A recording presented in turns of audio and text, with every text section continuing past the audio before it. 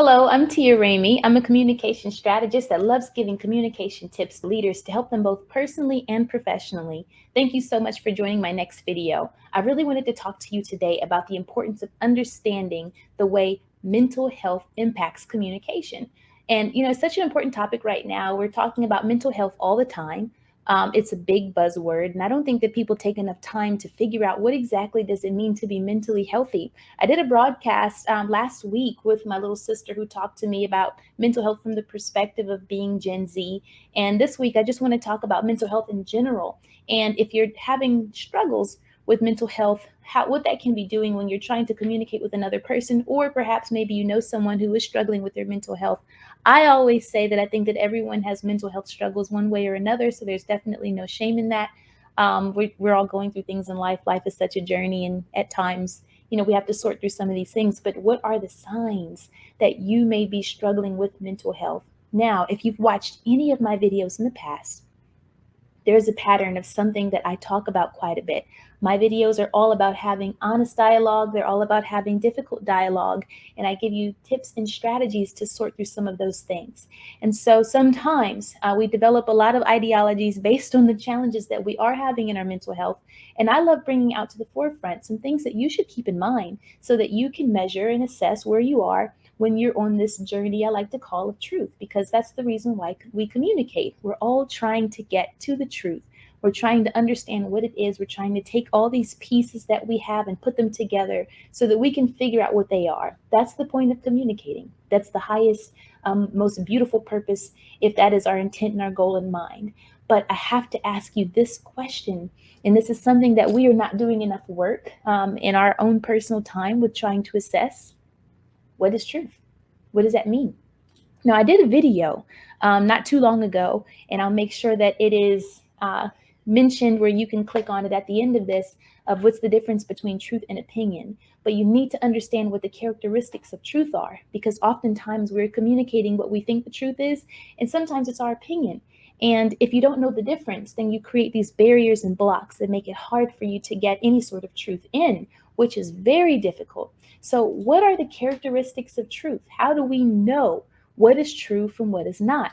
One thing I love about the truth, and I talk about this in my book, Canceled, is that truth is unmovable. It actually cannot be changed. It doesn't change just because, times are different.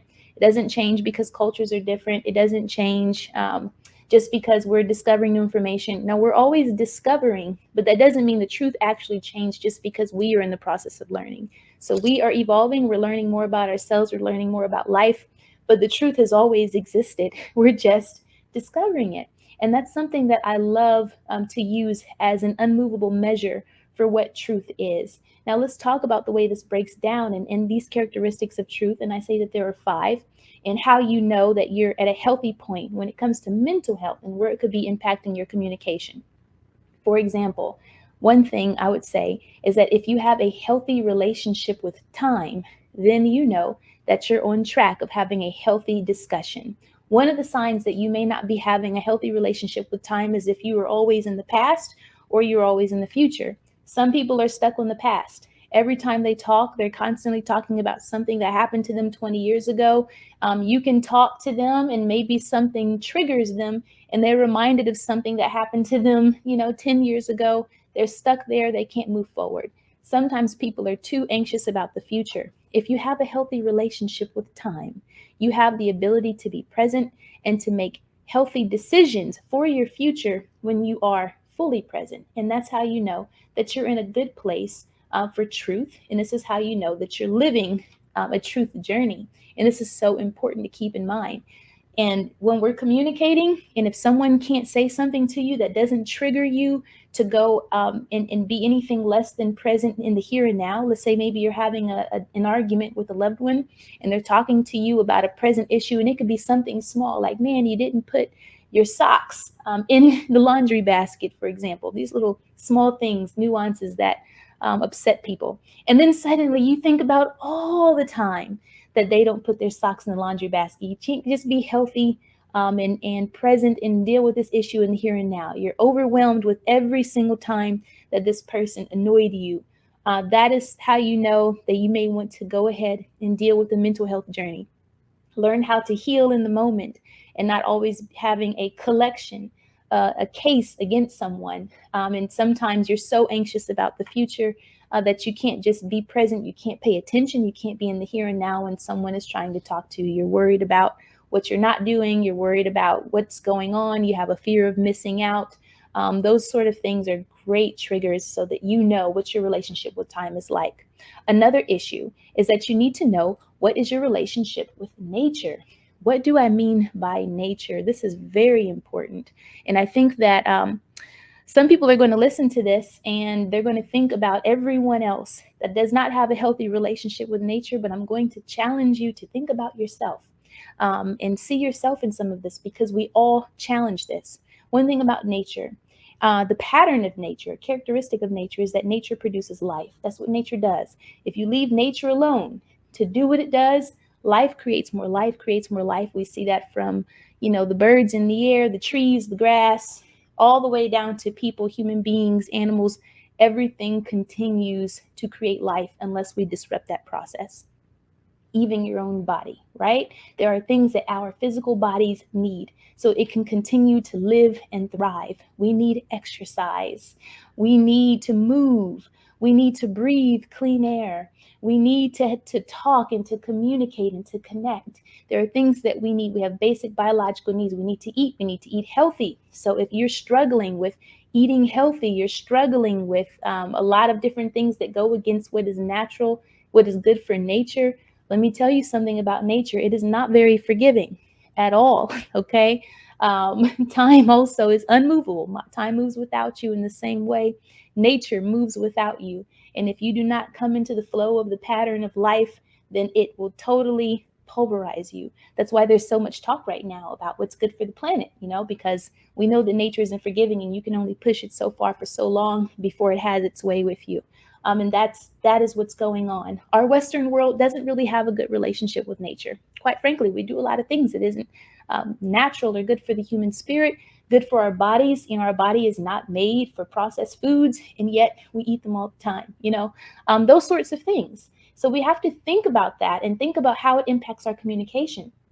Now, it's very important that we're able to have great dialogue about a person's basic needs, because if those things are being ignored, for example, it can just be a work conversation.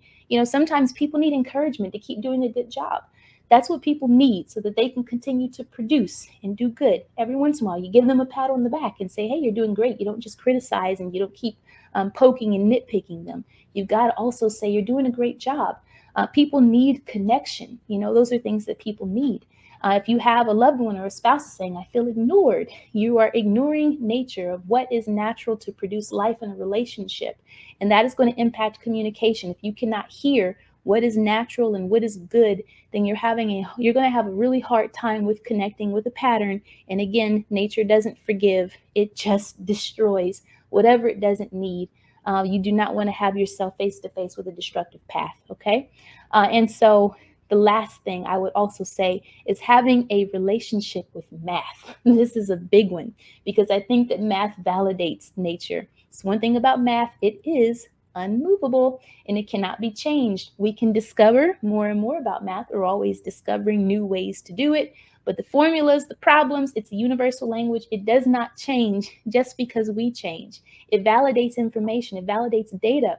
Nature is a wonderful what, and math can tell us how. How do we get there? What's the formulas that make this up? And mathematics is absolutely everything. This is how we measure whether or not we are growing, how we measure success, how we measure life, how we measure time, all through mathematics.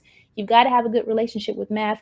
If you don't, you probably have some financial difficulties. So when someone is trying to communicate with you about the finances, you may not want to hear it. And that's a very important, difficult conversation that needs to be had. So make sure that you have a good relationship with math, because you need people who are willing to talk to you to validate information. They've got to be able to add it up. There's a saying, make it make sense, okay? Math is what helps us to make sense of nature and time. This is another characteristic that is very important that I need everyone to understand when I say this. Truth doesn't need agreement, okay? This is so important that you understand this.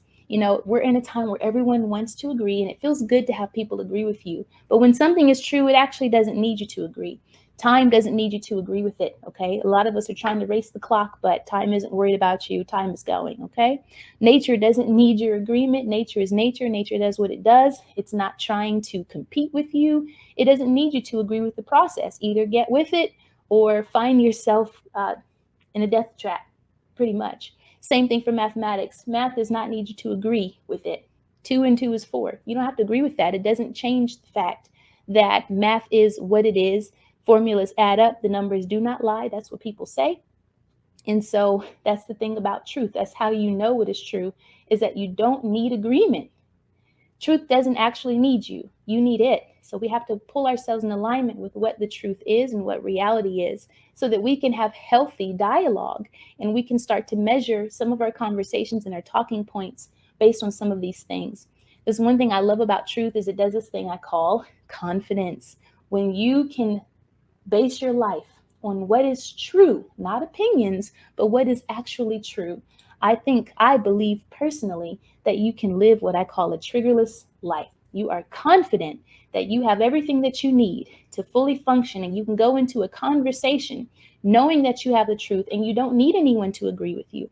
And so sometimes some of us are very insecure because we're living alternate realities that are adjacent to truth. And we want people to agree with us because we do not want anyone to snatch the rug from underneath our reality.